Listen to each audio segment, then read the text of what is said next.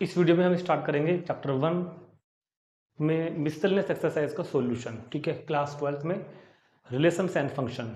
इससे पहले हमने 1.1 1.2 और उन सभी के एग्जांपल सब कुछ टॉपिक पूरा कर लिया है। और इस मिसलेनियस एक्सरसाइज में केवल 7 क्वेश्चन हमारे पास में है, क्योंकि ये न्यू एनसीईआरटी के अकॉर्डिंग चल रहा है। ठीक है, जो न्यू वाली है, पुरानी वाले में लगभग मेरे पास में पुराने वाली है, क्योंकि तो पुराने वाले में लगभग 19 क्वेश्चन थे। ठीक है, 19 क्वेश्चन थे, मगर न्यू एनसीईआरटी में रिड्यूस होकर केवल 7 क्वेश्चन रह गए हैं, जो 1 1 और ऑन 2 के ऊपर ही बेस्ड है। तो इससे पहले हमने मिसलेनियस एग्जाम्पल्स की 2 वीडियो बनाई है, जो कि एक बार आप लोग जरूर देख लेंगे। और अब शुरू करते हैं मिसलेनियस एक्सरसाइज का सॉल्यूशन। तो फर्स्ट क्वेश्चन आपके सामने ये रहा। इसमें 7 के 7 क्वेश्चन में लगभग हमको समय 1 1 ऑन 2 का ही बारे में बात करनी है। ठीक है, तो क्वेश्चन नंबर 1 ये है कि let F be a mapping. F कोई फंक्शन है सेट आर से, आर मतलब रियल नंबर के सेट से। एफ कोई फंक्शन है सेट आर से, इस सेट के ऊपर डिफाइन है। मतलब ये जो है रियल नंबर का जो सेट ही डोमेन है इस फंक्शन का, ये कोडोमेन है। रेंज भी हो सकता है, अभी देखेंगे। फंक्शन डिफाइन इस तरीके से है कि F X is equal to X upon 1 plus mod X, जहां पर एक्स बिलोंग कर रहा है आर से। और इसको मेरे को 1 1 ऑन 2 प्रूव करने के लिए बोला है उसने। चेक करने के लिए कहा है, 1 1 प्रूव करने का है। प्रूव करना है कि फंक्शन 1 1 ऑन 2 है। ठीक है, अब देखते हैं ध्यान से इधर कि एक्चुअल में ये क्या है। ये जो लिखा है ना, R to set X belongs to R such that X minus 1 to plus 1 के बीच में होगा, ये एक्चुअल में केवल तुमको डराने के लिए लिखा हुआ है, ये है कुछ नहीं। अगर इसको मैं थोड़ा सा रिड्यूस करके लिख दूं ना यहाँ पर, तो ये एफ जो है सेट आर टू, ये -1 टू +1 का ओपन इंटरवल लिखा हुआ है सिर्फ, ये कुछ नहीं लिखा हुआ। और इसका मतलब यही तो होता है।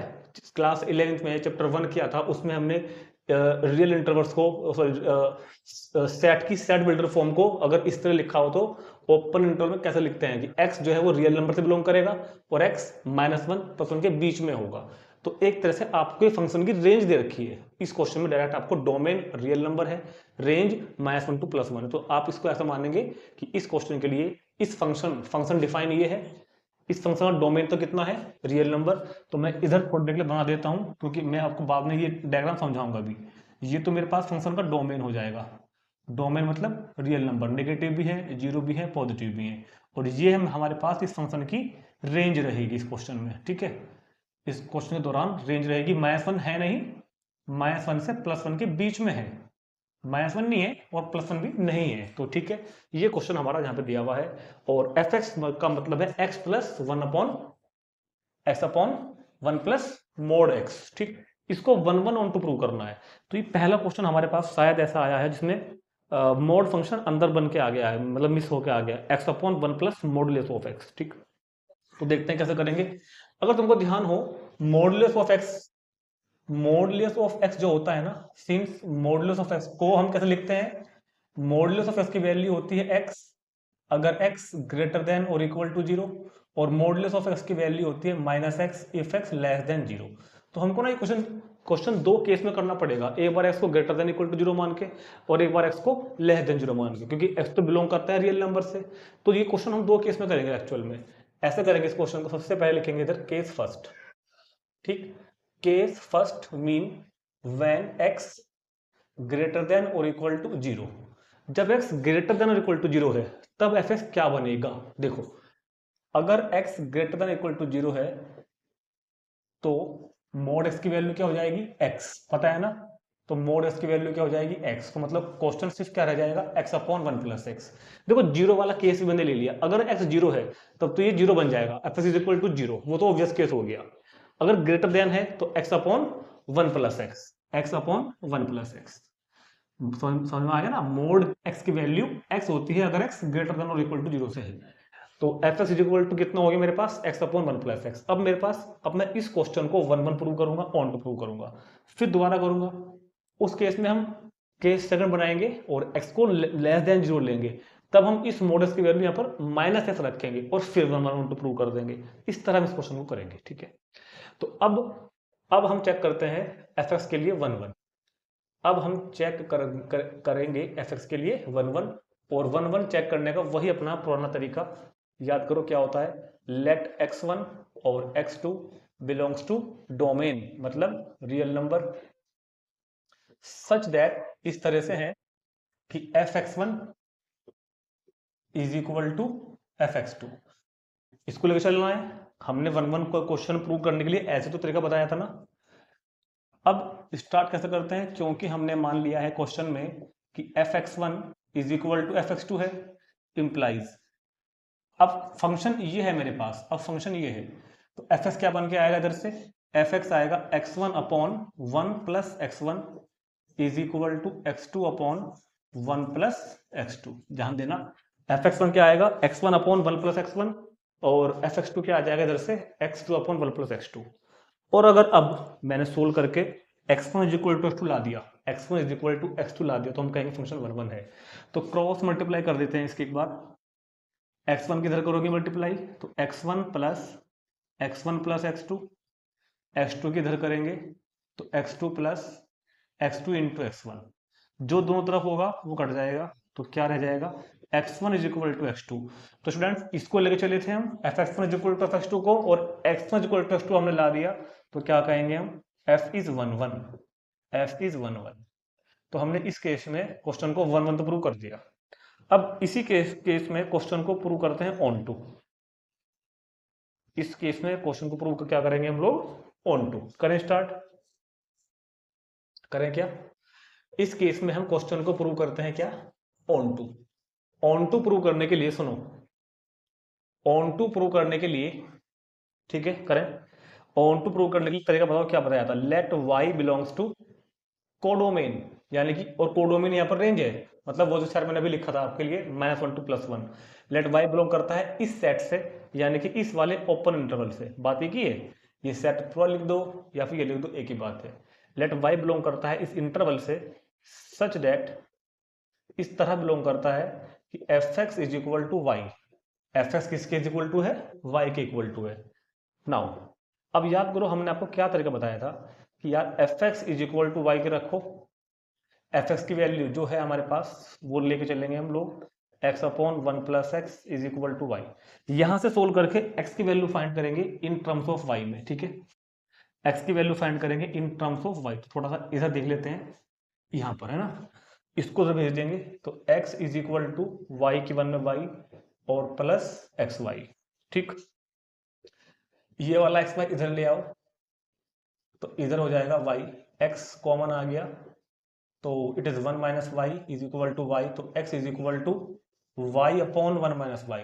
अब ध्यान देना क्या समझाया था उस दिन जब मैंने आपको 1.2 करवाई थी कि y की वैल्यूज, y किससे बिलोंग कर रहा है, इस इंटरवल से, y किससे बिलोंग कर रहा है, इस इंटरवल से, मतलब वो y है जो उधर लिखा है ना रेंज, वो y है।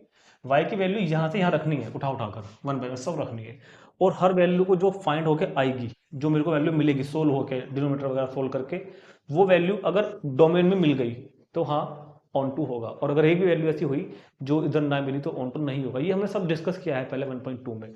तो देखो y क्या है, y एक्चुअल में -1 तो नहीं है, +1 भी नहीं है, इसके बीच का ये सारा, ये कोई भी जितनी रियल नंबर है बीच के सब y हो सकते हैं।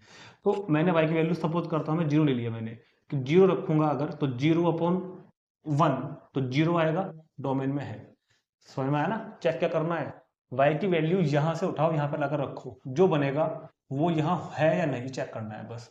तो क्योंकि ये सेट तो रियल नंबर का सेट है, इसमें सब नंबर है दुनिया भर के, हर तरह का नंबर यहाँ मिलेगा आपको, रियल नंबर है तो ठीक है। तो जब भी मैं कोई भी वैल्यू इस रेंज में से उठाकर यहाँ लाकर रखूंगा तो हमेशा मुझको ये एक फाइनाइट क्वांटिटी मिलेगी, ये कभी भी नॉट डिफाइन नहीं बनेगा, क्योंकि नॉट डिफाइन तो ये केवल और केवल 1 रखने पे ही बनेगा, और 1 हम रख ही नहीं रहे हैं। भाई ये चीज नॉट डिफाइन कब होगी, जब हम 1 रखेंगे, और 1 तो हम रखना ही नहीं है, तो मतलब ये चीज y की हर वैल्यू के लिए डिफाइन है, एग्जिस्ट करेगा, ये चीज y की इन सभी वैल्यू के लिए, ये क्वांटिटी y की इन सब वैल्यू के लिए फाइनाइट आएगी, यानी कि x अपने को मिलेगा जरूर, यानी कि y उस सेट के हर एलिमेंट की प्री इमेज इधर जरूर मिलेगी, तो फंक्शन ऑन टू होगा। बस ये बात लिखनी है हमको, जैसे हम पहले लिखते आए हैं 1.2 में भी क्या लिखेंगे, क्योंकि for all y belongs to this interval, जितने भी y बिलोंग करेंगे इस इंटरवल से, देयर एग्जिस्ट करेगा उन सभी के लिए, देयर एग्जिस्ट जरूर करेगा एक x जो बिलोंग करेगा डोमेन को, इसलिए f इज ऑन टू, इसलिए क्या हो जाएगा हमारा f इज ऑन टू। तो ये क्वेश्चन हमारा कंप्लीट हो गया, f is 1 1 and f is on 2। तो तुरंत इसको जल्दी से नोट करेंगे और अब देखते हैं इसका सेकंड केस। ठीक है, ये हमने केस प्रूव किया ये वाला, जब x ग्रेटर देन या इक्वल टू 0 से था। अब इसका प्रूव करेंगे हम लोग सेकंड केस। तो इसको मैं यहाँ से अगर चाहूँ तो रब कर सकता हूँ, लेकिन क्योंकि बिल्कुल सिमिलर, सारी कैलकुलेशन सिमिलर होगी, तो मैं रब नहीं करूंगा इसको, सब कुछ यहीं चेंज करूंगा। पहले आप इसको नोट कर लेंगे एक बार। चलो अब केस सेकंड बात करते हैं। केस सेकंड में क्या होना है, व्हेन x लेस देन 0, ध्यान से समझना, जब x लेस देन 0 है तो अब मोड x की वैल्यू क्या मानी जाएगी, -x। तो यहां पर क्या आ जाएगा इस बार 1 - x, बस यही चेंज है, बाकी सब बीच की थोड़ी बहुत कैलकुलेशन चेंज होगी और कुछ नहीं होगा। तो क्या करेंगे, let x1 x2 belongs to R such that fx1 is equal to fx2, fx1 is equal to fx2। तो इस बार fx1 इसके अकॉर्डिंग क्या बन के आएगा, 1 - x1, यहाँ पर 1 - x2। ठीक हो गया। जब क्रॉस मल्टीप्लाई करेंगे ना, तो x1 की 1 में x1, x1 की -x2 में होगी, तो -x1 x2, और ऐसे ही इधर भी होगा, और ये बेचारा अब भी कटेगा, ये अब भी नहीं बचा, तो ये मतलब आ गया, मतलब 1 1 हो गया। ठीक है, चलो जी, let y belongs to -1 to 1 such that f is equal to y। तो केवल क्या चेंज कर दूंगा मैं यहाँ पर 1 - x, और थोड़ी बहुत कैलकुलेशन चेंज हो जाएगी ना इधर की, क्योंकि जब मल्टीप्लाई की मैंने y की 1 में y, तो ये वाली वैल्यू जाएगी माइनस में, ये अब इधर आएगा तो प्लस में, ये प्लस में, ये गया अपॉन में। क्लियर है, सिर्फ साइन चेंज कर दिए। वही बात, जब भी अगर आप कोई भी वैल्यू इधर से उठा के इधर रखोगे, तो y की वैल्यू रखने पर जो बनेगा, x जो बन के आएगा, वो हमेशा फाइनाइट होगा, एक एग्जिस्ट करेगा जरूर। ठीक है, नॉट डिफाइन कभी नहीं आएगा, तो मतलब फंक्शन हमारा ऑन टू हो जाएगा इस केस में भी। समझ में आ गया होगा, क्योंकि ये चीज नॉट डिफाइन कब बनेगी, सिर्फ -1 को रखने पे, और वो तो हम रख ही नहीं रहे हैं, ओपन इंटरवल ले रहे हैं पहले ही, तो मतलब फंक्शन हमारा ऑन टू होगा। तो दोनों केस में मैंने आपको समझा दिया कि फंक्शन 1 1 है, ऑन टू है। तो इसी तरह से क्वेश्चन करते हैं। हाँ, इस क्वेश्चन करने का एक तरीका और भी होता है कि मैं 4 केस बनाता, मैं बता दूं आपको, कुछ एकेडमी में इस तरह कराया जाता है कि इसके में 4 केस बनाता, कि एक बार में क्या करता, x1 x2 बोथ पॉजिटिव, एक बार x1 x2 बोथ नेगेटिव, एक बार x1 पॉजिटिव x2 नेगेटिव, और एक बार x1 नेगेटिव और x2 पॉजिटिव। ठीक, मगर उसमें क्या होता है, देखो मैं ऐसे भी कर सकता था कि x1 और x2 दोनों पॉजिटिव, x1 और x2 दोनों नेगेटिव, और एक बार x1 पॉजिटिव और x2 नेगेटिव, और एक बार x1 नेगेटिव और x2 पॉजिटिव। तो मैंने क्यों नहीं किया, क्योंकि ये वाले केस अगर मैं करता भी ना, तो ये तब भी इनवैलिड आते हैं, मतलब इनको लेकर जब हम आगे पहुंचेगा ना, तो कुछ ऐसा बन के आएगा जो वैलिड नहीं होगा, जो एग्जिस्ट ही नहीं करेगा, तो वो केस ही एग्जिस्ट नहीं करता। तो तब भी हम अल्टीमेटली इसी कैसे पहुंचते हैं कि x1 x2 बोथ पॉजिटिव यानी कि x positive, x1 x2 both negative यानी कि x नेगेटिव। ठीक है, तो मैंने इसको इसलिए करा दिया इस तरीके से। ठीक, तो चलते हैं नेक्स्ट क्वेश्चन पर, question number 2। Question number 2, F एक फंक्शन है सेट आर से आर पर, रियल नंबर से रियल नंबर पर डिफाइन है, और इस तरह है कि F X is equal to X cube, F X is equal to है एक्स क्यूब। तो कह रहा है कि इसको इंजेक्टिव प्रूव करना है, इंजेक्टिव मतलब 1 1 प्रूव करना है, पता है ना, इंजेक्टिव मीन्स 1 1। और ऐसा क्वेश्चन, बल्कि ऐसा नहीं, यही सेम क्वेश्चन हमने एक्सरसाइज 1.2 के क्वेश्चन नंबर 2 का 4th पार्ट या शायद 5 पार्ट में, यही हमने कुछ क्वेश्चन किया हुआ भी है, सेम यही, जिसमें मैंने आपको 1 1 प्रूव कराया था। तो फिर से कर देते हैं एक बार। 1 1 प्रूव करने का तरीका सिर्फ ये होता है कि लेट x1 और x2 दो एलिमेंट है जो बिलोंग करते हैं सेट R को, डोमेन को। ठीक है, सच दैट इस तरह बिलोंग करते हैं, इस तरह कि fx1 is equal to fx2, fx1 किसके इक्वल टू है, fx2 के। अब इसी को लेकर चलना है कि fx1 is equal to fx2, तो fx1 क्या बन के आएगा इधर से, x1 क्यूब, fx2 क्या बन के आएगा, x2 क्यूब। अब सोचो, अगर क्योंकि x1 x2 दोनों रियल नंबर है, अगर दो रियल नंबर के क्यूब्स इक्वल हैं, तो क्या वो रियल नंबर इक्वल होंगे, अगर दो रियल नंबर के क्यूब्स इक्वल हैं, तो क्या वो रियल नंबर इक्वल होंगे, हाँ बिल्कुल होंगे।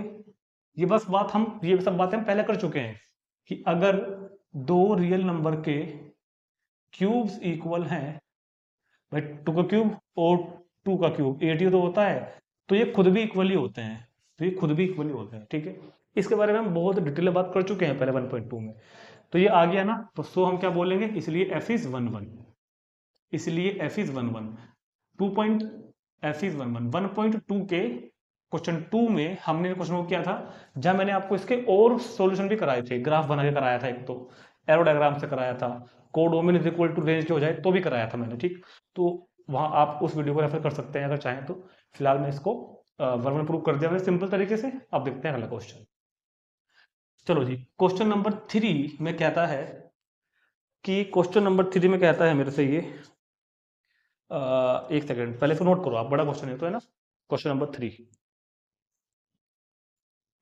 तो अब बात करते हैं क्वेश्चन नंबर 3 के बारे में। पहले इसको पढ़ते हैं एक बार। Given a non empty set X. Capital X क्या है? एक नॉन एम्प्टी सेट है। नॉन एम्प्टी मींस इसके अंदर कुछ ना कुछ एलिमेंट है। चलो ये आगे। कंसिडर पी एक्स, एक सेट को कंसिडर करते हैं पी एक्स को। पी एक्स कोई एक सेट है, पी एक्स कोई एक सेट है जो क्या है? Which is the set of all subset of x, जो सेट एक्स के सभी सबसेट का सेट है। अगर आपने क्लास 11th में ध्यान से पढ़ा हो सबसेट वाली चीजें, तो किसी सेट के जितने भी सबसेट बन सकते हैं, ध्यान से सुनना, किसी सेट के जितने भी सबसेट बन सकते हैं उनको भी अगर एक सेट में बंद कर दूं तो बोलते हैं पावर सेट, जिसको नोट करते हैं पी ऑफ एक्स से। ये मैंने आपको पढ़ाया हुआ है अपनी वीडियो में, ठीक है। हालांकि एनसीईआरटी सिलेबस से टॉपिक हट गया है अब, फिर भी इस क्वेश्चन में आ गया तो बताना पड़ रहा है क्या, कि किसी सेट के, किसी भी सेट के जितने भी सबसेट बन सकते हैं उन सभी को भी एक सेट में बंद कर दो तो वो कहलाता है पावर सेट ऑफ एक्स। तो पी एक्स यहाँ पर बेसिकली क्या है? Power set of X. कहा भी उसने कि P X is equal to power set of X, यानी कि the set of all subset of X, X के सभी सबसेट्स का सेट। अभी दिखाएंगे आपको एग्जाम्पल में, दिखाएंगे भी। आगे पढ़ते हैं।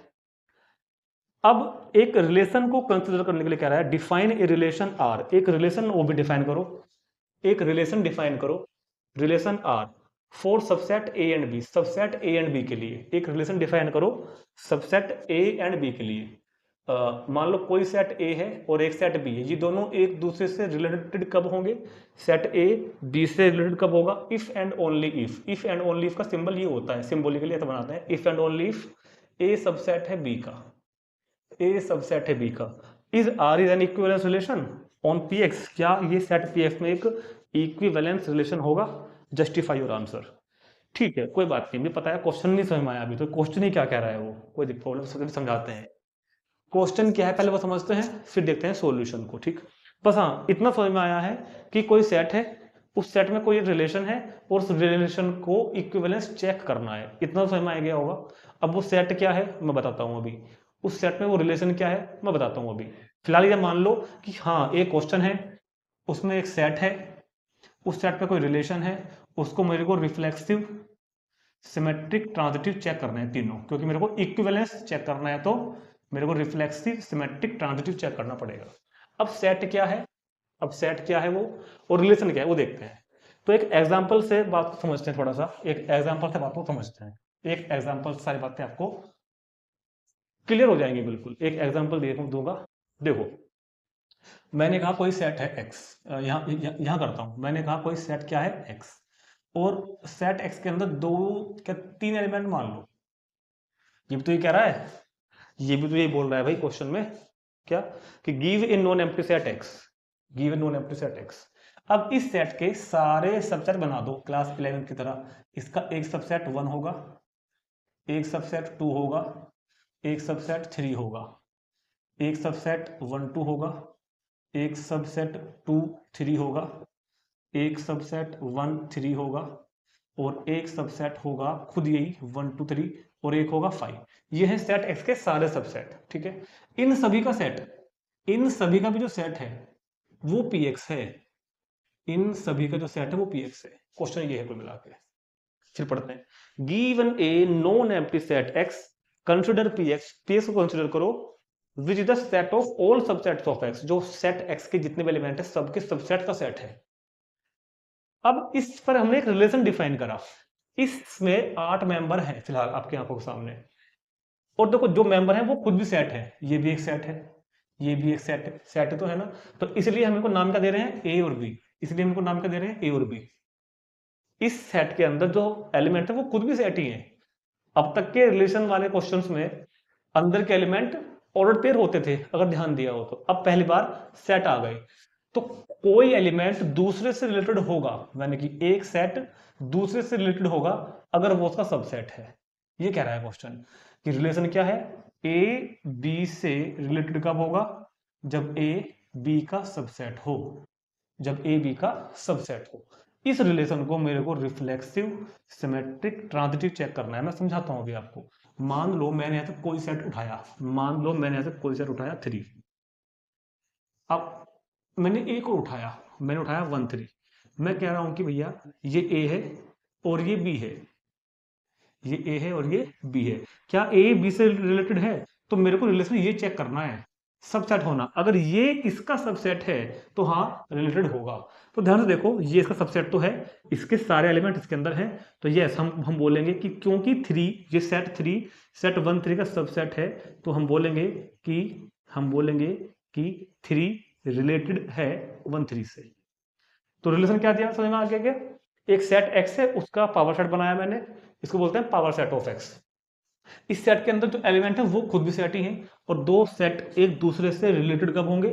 जब पहला सेट और दूसरे का सबसेट होगा, तो वो एक दूसरे से रिलेटेड होंगे। मान लो मैंने एक तो उठा लिया यहां से 1, एक मैंने क्या उठा लिया 2 3, तो क्या ये इससे रिलेटेड होगा? नहीं होगा, नहीं होगा, क्योंकि ये इसका सबसेट नहीं है, क्योंकि ये इसका सबसेट नहीं है। लेकिन अगर मैं 2 लेता तो क्या 2 इससे रिलेटेड होगा? हाँ होगा, क्योंकि ये इसका सबसेट है। ये रिलेशन दिया हुआ है, इस रिलेशन को इक्विवेलेंस, सिमेट्री को ट्रांजिटिव चेक करना है। तो आपको क्वेश्चन एग्जांपल में नहीं करना, सिर्फ समझाने के लिखा हुआ है, और ये भी लिखा रहेगा यहाँ पर, मगर ये करना ऐसे नहीं है, करना पड़ेगा आपको थ्योरेटिकल अप्रोच से। तो रिलेशन ये लिखा हुआ है, सेट वो लिखा हुआ है, डालते हैं हेडिंग रिफ्लेक्सिव। पहले हम इसका रिफ्लेक्सिव चेक करते हैं। याद करो रिफ्लेक्सिव में क्या करते हैं, हर एलिमेंट को अपने आप से चेक करना है। इस एलिमेंट को अपने आप से, इस एलिमेंट को अपने आप से, इस एलिमेंट को अपने आप से, इसको भी अपने आप से, सबको अपने आप से चेक करना है। रिलेशन क्या है? सबसेट होना। और हम अच्छी तरह जानते हैं कि हर सेट अपने आप का सबसेट तो होता ही है, यानी कि हर एलिमेंट अपने आप से रिलेटेड तो होगा ही होगा, तो मतलब रिलेशन रिफ्लेक्सिव हो गया। मैं फिर से बता दूं, आपको ये एग्जांपल ना करना है, करना ही बिल्कुल नहीं है, करना क्वेश्चन आपको ऐसे है, ये सिर्फ समझाने के लिए है कि अगर मैं इस सिचुएशन की बात करूं तो मैं इसमें आपको चेक करके दिखाता रहूंगा कि रिफ्लेक्सिव है या नहीं, सिमेट्रिक है या नहीं, ट्रांजिटिव है या नहीं। तो क्योंकि रिलेशन क्या है? सबसेट होना, तो क्योंकि हर सेट अपने आप का सबसेट होता है, तो लिख ये बात लिख देंगे हम यहाँ पर, क्योंकि एवरी सेट, क्योंकि एवरी सेट इज, इसको हटाओ, क्योंकि एवरी सेट, क्योंकि every set is subset to itself, हर सेट अपने आप का सबसेट होता है। तो हम क्या बोलेंगे? हम बोलेंगे ए रिलेटेड किससे होगा? ए से, for all A belongs to P X. बहुत ध्यान से सुनना, क्या लिख दिया ये सब जो मैं इसको बंद कर रहा हूँ ना बोले के अंदर, ये रफ है, ये रफ है समझने के लिए, सिर्फ ये रफ है। ये सेट ए है एक्चुअल में, ये अगर इसको हटाओ इधर से, एक्स को हटाओ, और ये सेट जो बनाया था मैंने, ये क्या है? Power set of x. ये क्या है अंदर? Power set of X. तो जितने भी एलिमेंट ए बिलोंग करेंगे ए के अंदर, जितने भी एलिमेंट ए बिलोंग करेंगे पी एक्स के अंदर, जितने भी सेट बिलोंग करेंगे पी एस के अंदर, हर सेट अपने आप से रिलेटेड जरूर होगा, क्योंकि हर सेट अपने आप का सबसेट जरूर होता है। ठीक, सो आर इज रिफ्लेक्सिव। तो क्या लिख देंगे हम? R is reflexive. तो आर रिफ्लेक्सिव तो हो गया। चलो सिमेट्रिक, सिमेट्रिक में चेक करना है कि अगर ए बी से रिलेटेड है तो क्या बी भी ए से रिलेटेड है, यानी कि अगर ए बी का सबसेट है तो क्या बी भी ए का सबसेट होगा? अगर होगा तो सिमेट्रिक हो जाएगा, अदरवाइज नहीं होगा। तो यहां से मैंने कहा, ध्यान से देखो कि 3 सबसेट है 2 3 का, है या नहीं? बिल्कुल है। लेकिन क्या 2 3 सबसेट है 3 का? नहीं है, ये तो कहाँ है? तो सिमेट्रिक नहीं होगा बिल्कुल भी। भाई ये ए बी का सबसेट है, मगर बी तो सबसेट नहीं है ना ए का, तो ये सिमेट्रिक नहीं होगा। तो ये लिखेंगे हम, हमने कहा let A related to B, that is, सुनो, ए रिलेटेड टू बी, हमने कहा ए रिलेटेड टू बी। अब मैं पूछ रहा हूं कि क्योंकि ए रिलेटेड टू बी है, इंप्लाइज दैट ए सबसेट है बी का। भाई ए बी से रिलेटेड है, इसका मतलब ये तो है कि ए सबसेट है बी का, और अगर ये बी का सबसेट है तो हमने अभी चेक करा है कि जरूरी नहीं है कि बी ए का सबसेट हो भी सकता है, नहीं भी हो सकता, तो नहीं भी हो सकता है ना। तो implies that B is not related to A, implies that R is not symmetric, relation R symmetric नहीं होगा, relation R is not symmetric, not symmetric, और अगर ये सिमेट्रिक नहीं है तो ये इक्विवेलेंस नहीं है। ट्रांजिटिव तो चेक करने की जरूरत ही नहीं है मुझे, तो रिफ्लेक्सिव चेक किया आ गया, सिमेट्रिक चेक किया नहीं आया तो आगे क्यों जाऊं।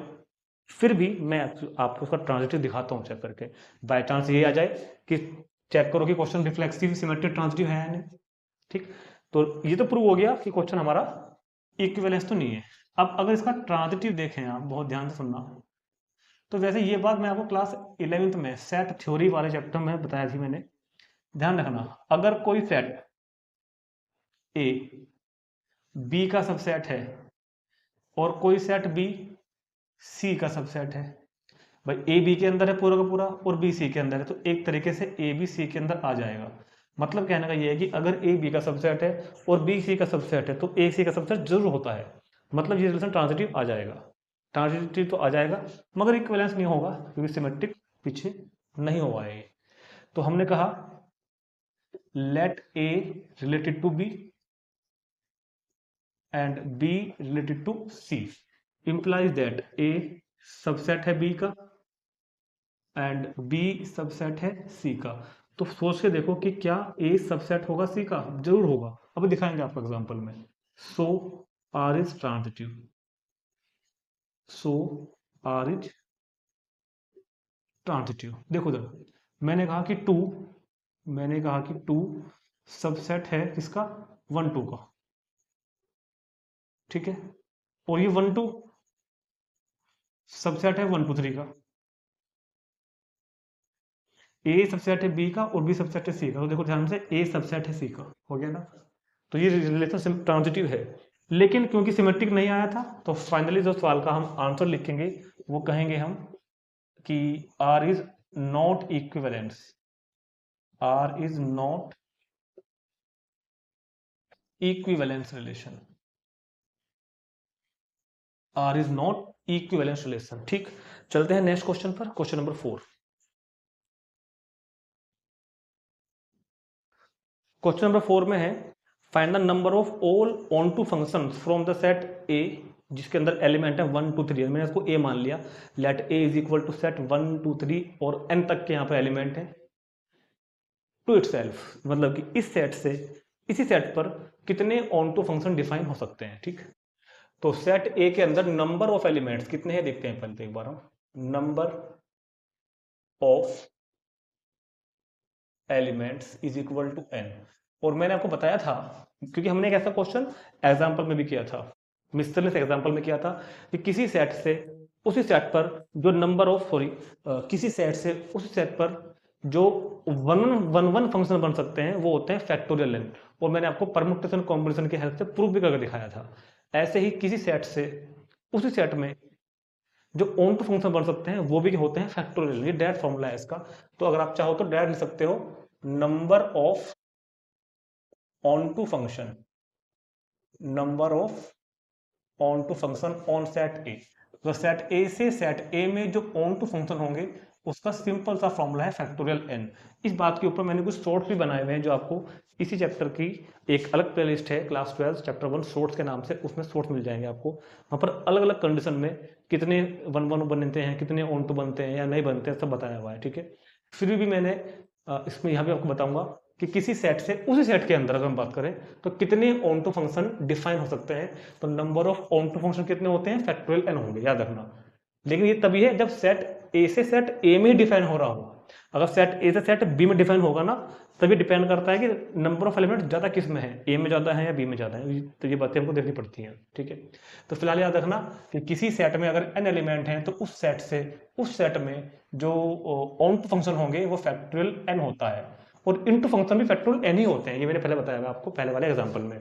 अब देखते हैं कैसे हुआ, ये तो क्वेश्चन का डायरेक्ट आंसर आ गया जो आप याद रख सकते हो। लेकिन अगर किसी को इसको जानने की इच्छा है तो परमुटेशन कॉम्बिनेशन आपको क्लास 11 में करना आना चाहिए, ए और ए।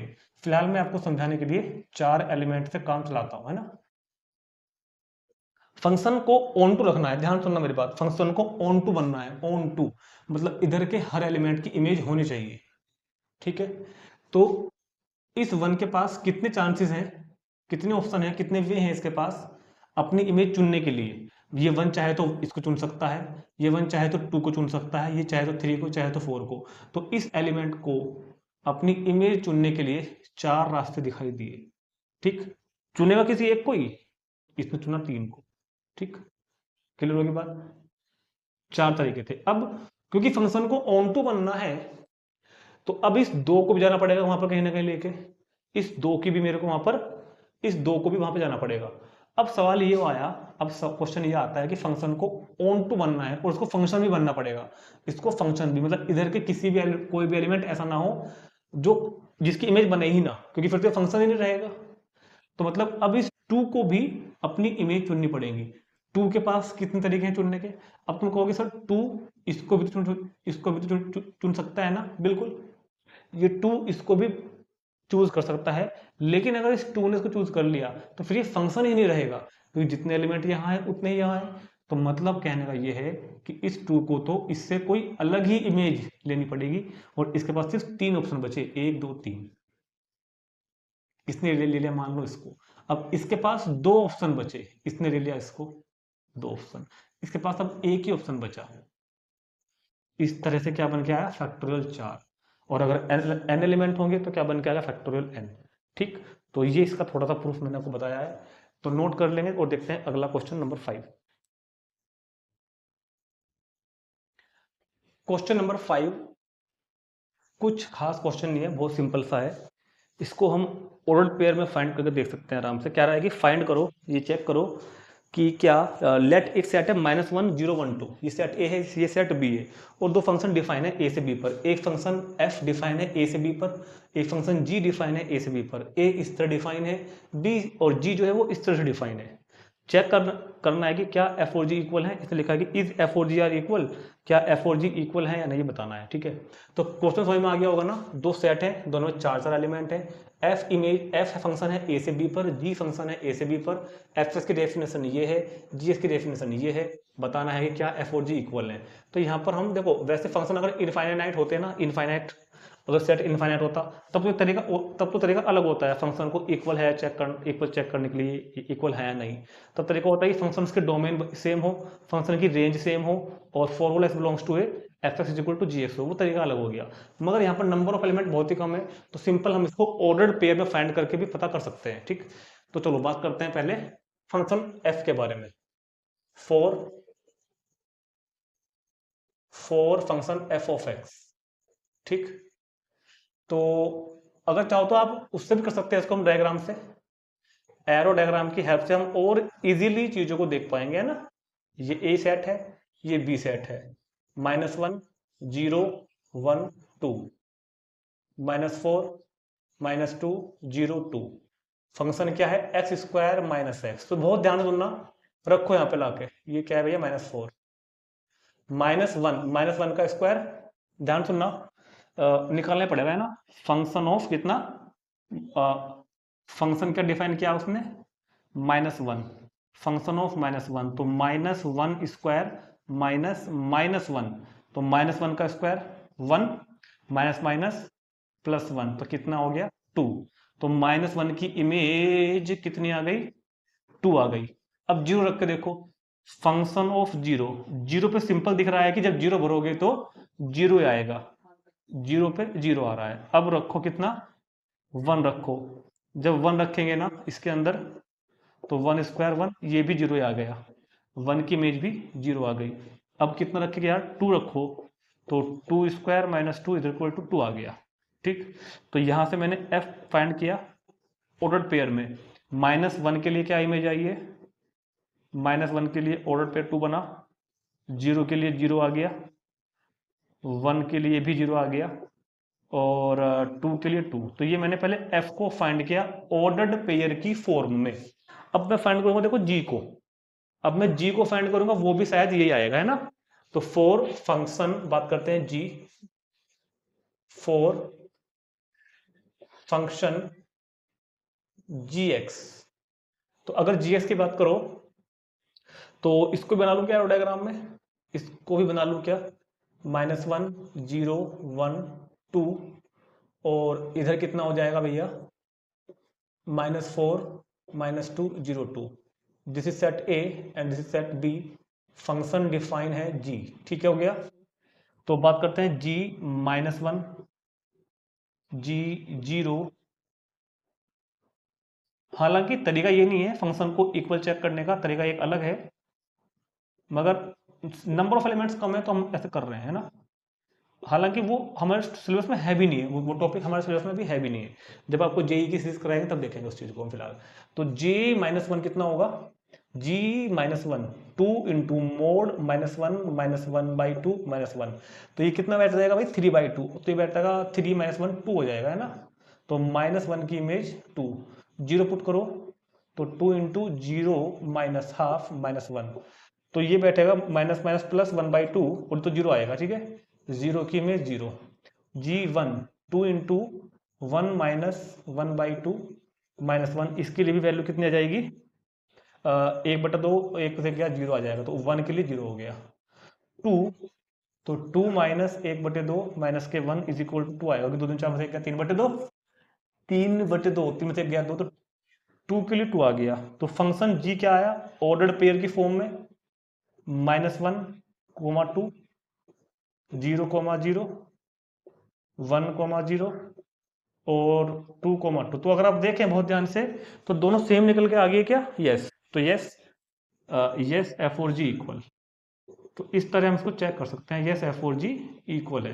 वैसे तरीका जो होता है ना, फिर मैं बता दूं आपको कि दो फंक्शन इक्वल तब होते हैं जब दोनों की डोमेन सेम हो, जब दोनों की रेंज सेम हो, और एफ एक्स की वैल्यू जी एक्स के इक्वल आए for all x belongs to domain के लिए। और हमने किया भी यही है, अगर देखो तो हमने करा भी यही है भाई, फंक्शन के डोमेन नेम दोनों सेम है, दोनों में ए टू बी है, और हमने for all x belongs to A के लिए एफ एक्स दिखाया और जी एक्स दिखाया, सेम ही तो आया।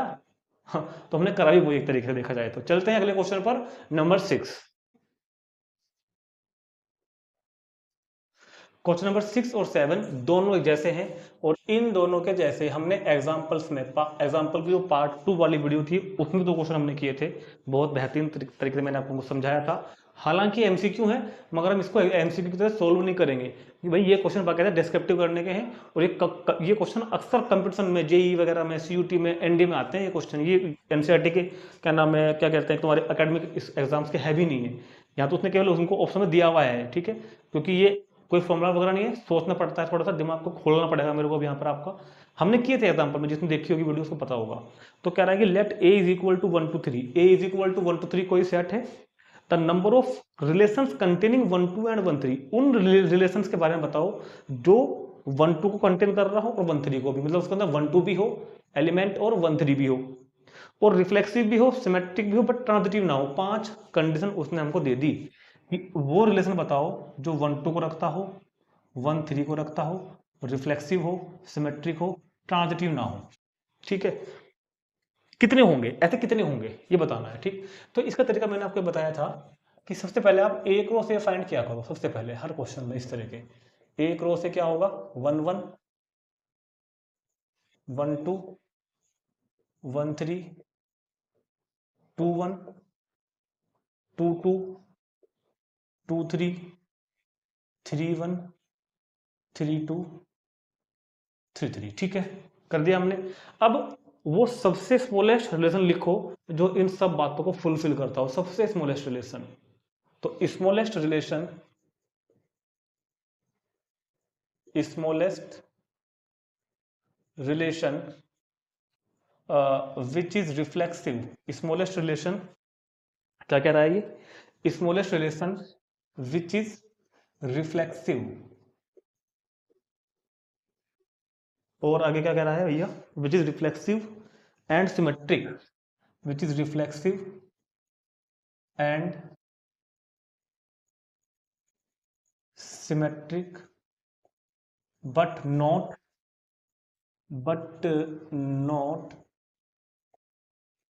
transitive and containing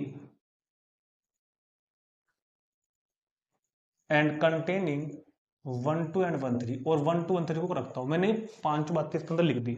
वो रिलेशन जिसके अंदर, वो रिलेशन जिसके अंदर क्या हो, जो रिफ्लेक्सिव हो, सिमेट्रिक भी हो, ट्रांजिटिव ना हो, और इन दोनों कंटेन भी करे। तो सुनो, मैंने कहा R1, देखो क्योंकि मुझको रिलेशन रिफ्लेक्सिव रखना है, ठीक है, तो मतलब 1 1 होगा,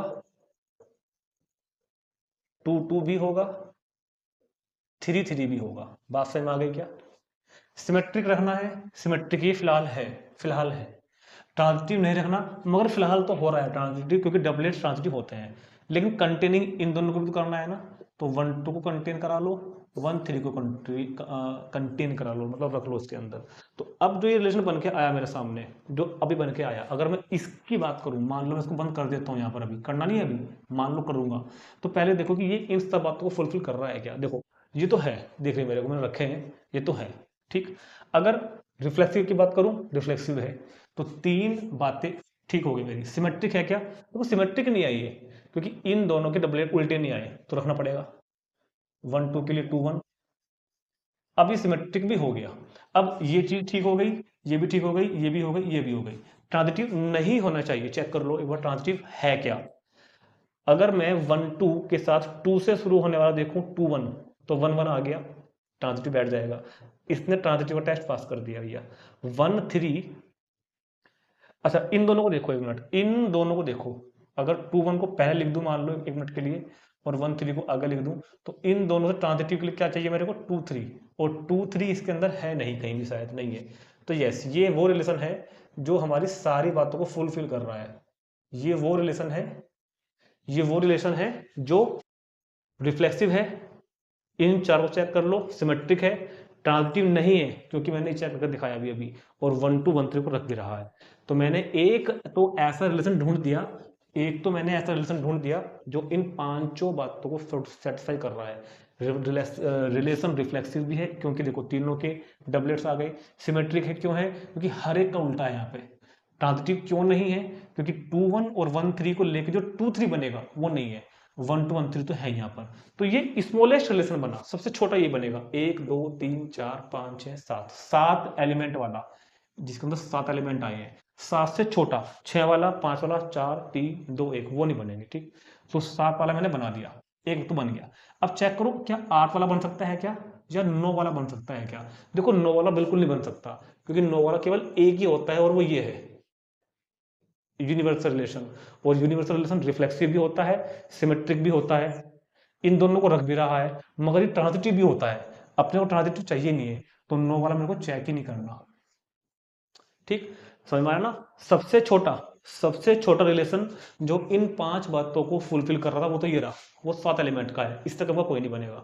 अब पॉसिबिलिटी बनी कि हो सकता है कि कोई 8 वाला हो, या हो सकता है कोई 9 वाला भी हो। 9 वाला भी नहीं बनेगा, क्योंकि 9 वाला सिर्फ यही एक होता है, 9 वाला और कोई होता ही नहीं है। और ये ट्रांजिटिव है, क्योंकि दिस इज यूनिवर्सल रिलेशन, और यूनिवर्सल तो इक्विवेलेंस होता है, मतलब ट्रांजिटिव होता है। तो अब बस एक काम और चेक कर लो, 8 वाले को चेक कर लो बस एक बार। तो मतलब एक तो मैंने ढूंढ दिया, एक तो मेरा पक्का होगा ही होगा।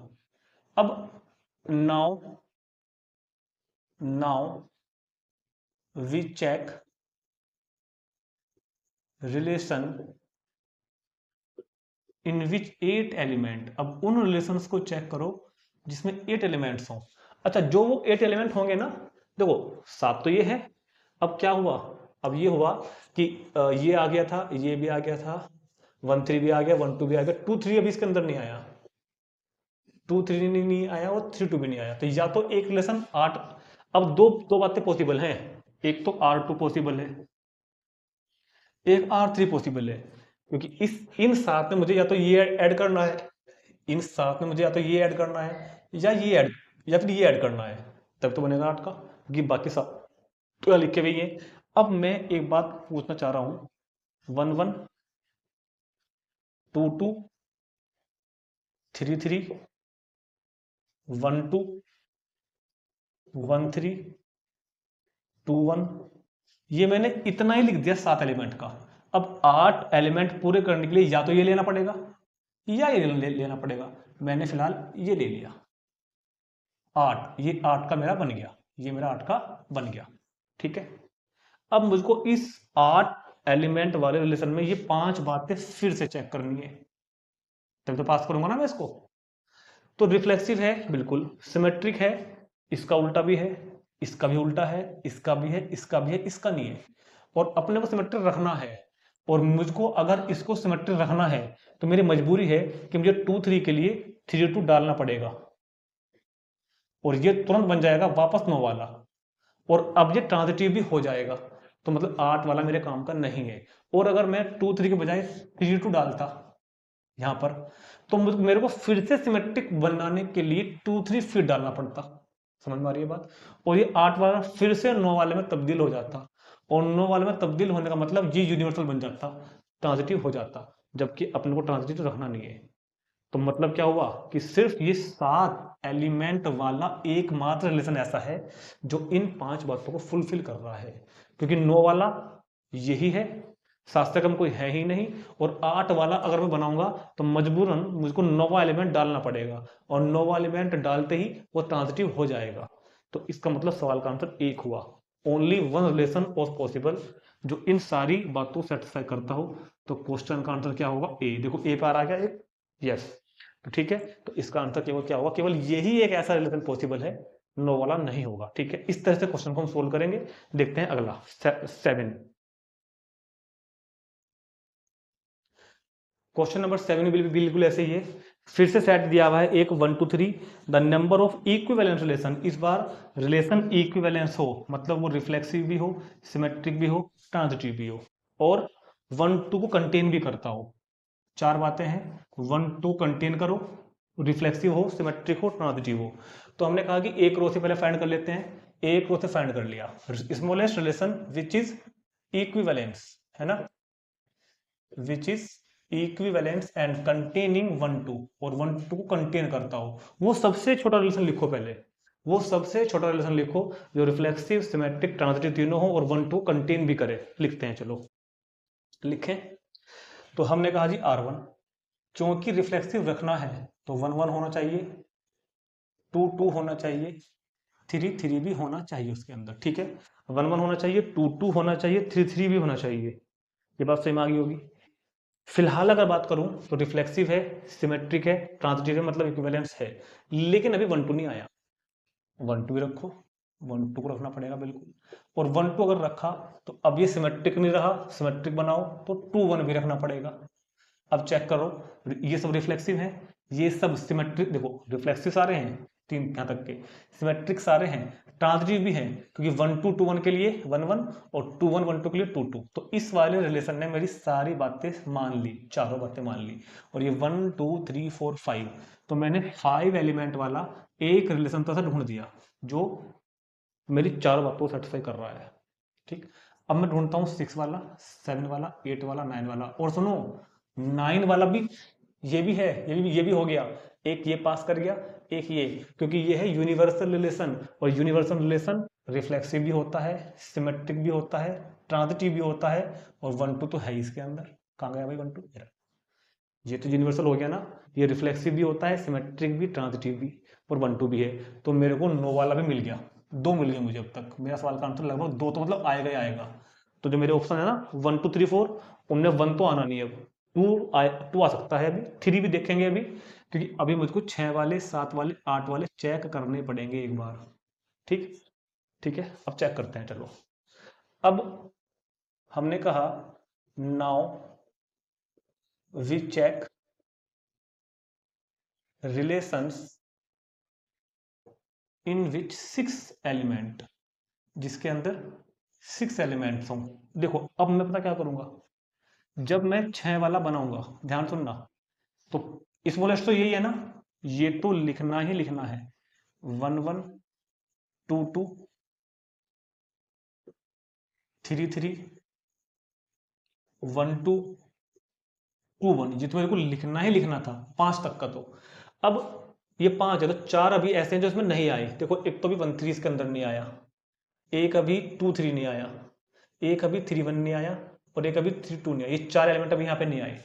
ठीक है, अब मैं इन चारों में से कोई भी एक यहाँ पर रखूंगा ना, कि मेरे को उसको 6 का पूरा करना है। अब ये 5 का है, तो चाहे मैं इसको रख लूँ, चाहे इसको, चाहे इसको 4 केस में बन सकते हैं अभी ऐसे। ठीक, मैं एक ही बनाऊंगा, क्योंकि मैं एक में ही आपको सारे बातें समझा दूंगा। देखो मैं करने क्या वाला हूँ, मैं आपको ये दिखाऊंगा कि मैं चेक तो कर रहा हूँ 6 वाला। अब मैं 6 वाले को पूरा करने के लिए जैसे ही यहाँ से कोई भी एक ऑर्डर्ड पेयर रखूंगा यहाँ पे, तो वो 6 वाला मुझको मजबूरन 7 का बनाना पड़ेगा सिमेट्रिक होने के लिए। दिखाऊंगा अभी आपको। क्योंकि मेरे को ट्रिनिटीज पास करने ना, और जैसे ही वो सिमेट्रिक बना दूंगा तो फिर वो ट्रांजिटिव फेल हो जाएगा, तो मेरे को उसको ट्रांजिटिव बनाना पड़ेगा, मजबूरी हो जाएगी। और फिर जब मैं ट्रांजिटिव बनाऊंगा तो मैं एक और डाल लूंगा उसके अंदर, वो फिर नो का पहुंच जाएगा। तो कहने का मतलब ये है, अभी दिखाऊंगा मैं आपको कि छः को पूरे करते ही मजबूरी होगी एक और डालना पड़ेगा, तो 7 का बनेगा। फिर मजबूरी ये होगी कि 8 का बनाना पड़ेगा, फिर मजबूरी होगी कि 9 का बनाना पड़ेगा, और हम वापस वहीं पहुंच जाएंगे, मतलब 9 वाले पे पहुंच जाएंगे। तो कुल मिला के रहेंगे दो ही। अभी दिखाता हूँ कैसे, ये सुनो। ये 1 2 3 4 5 है, यहाँ से कोई भी ले लो एक, जो मन करता हो कुछ भी रख दो उठा के, जो मन में आए हो। मैं कर रहा हूँ यस पर 2 3 को। अगर मैं 2 3 को लूँ और उसको यहाँ बंद करूँ, तो मैं इसको बंद यहाँ कर नहीं सकता। पूछो क्यों? क्योंकि 2 3 का डालते ही इसने भले ही एलिमेंट 6 हो गए हों, लेकिन ये अब सिमेट्रिक नहीं रहा, क्योंकि 2 3 का उल्टा नहीं है, ये सिमेट्रिक नहीं रहा। हमको तो तीनों रखने हैं ना। और अगर मैंने 2 3 डाला तो मजबूरी हो जाएगी कि आपको 3 2 डालना ही पड़ेगा सिमेट्रिक करने के लिए। तो ये 6 वाला ही तुरंत किस में तब्दील हो गया? 7 वाले में।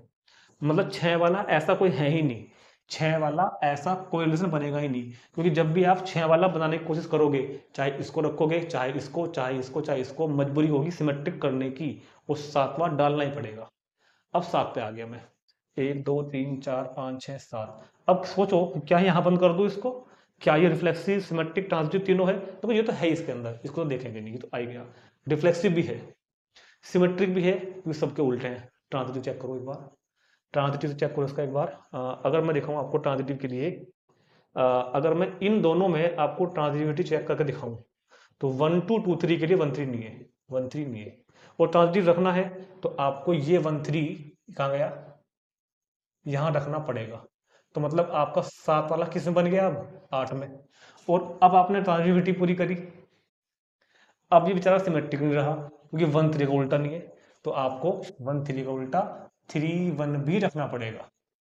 और अब ये 8 वाला नहीं रहा, अब तो ये पूरा 9 वाला ही बन गया। मतलब 7 वाला भी कोई एग्जिस्ट नहीं करने का, 8 वाला भी कोई एग्जिस्ट नहीं करने का, या तो 5 का है या फिर अपना यूनिवर्सल रिलेशन ही है। ठीक, तो इस तरह के दो ही पॉसिबल हैं, एक स्मॉलेस्ट ये वाला और ग्रेटेस्ट ये वाला यूनिवर्सल रिलेशन। तो इस क्वेश्चन का आंसर क्या होगा? 2, मतलब कि बी। तो there are 2 relation such that equivalent relation and containing 1 2। ठीक, समझ में आ गया क्वेश्चन? इस तरह से हम क्वेश्चन को सोल्व करते हैं। तो क्वेश्चन कंप्लीट हो गया हमारा, और इसी के साथ मिसलेनियस एक्सरसाइज खत्म, और ये चैप्टर हमारा पूरी तरह खत्म हो गया है। Reflexive symmetric relations and function chapter पूरी तरह कंप्लीट हो गया है। उम्मीद कर रहा हूँ कि आपको बहुत अच्छी तरह से समझ में आया होगा। जैसा भी आपको समझ में आया उसको फिर मेरे को कमेंट करके बताना जरूर एक तो, और अपने दोस्तों को उसको शेयर जरूर करें। और मिलते हैं नेक्स्ट वीडियो में अगले चैप्टर में, इनवर्स ट्रिगोनोमेट्रिक फंक्शन में। ठीक है।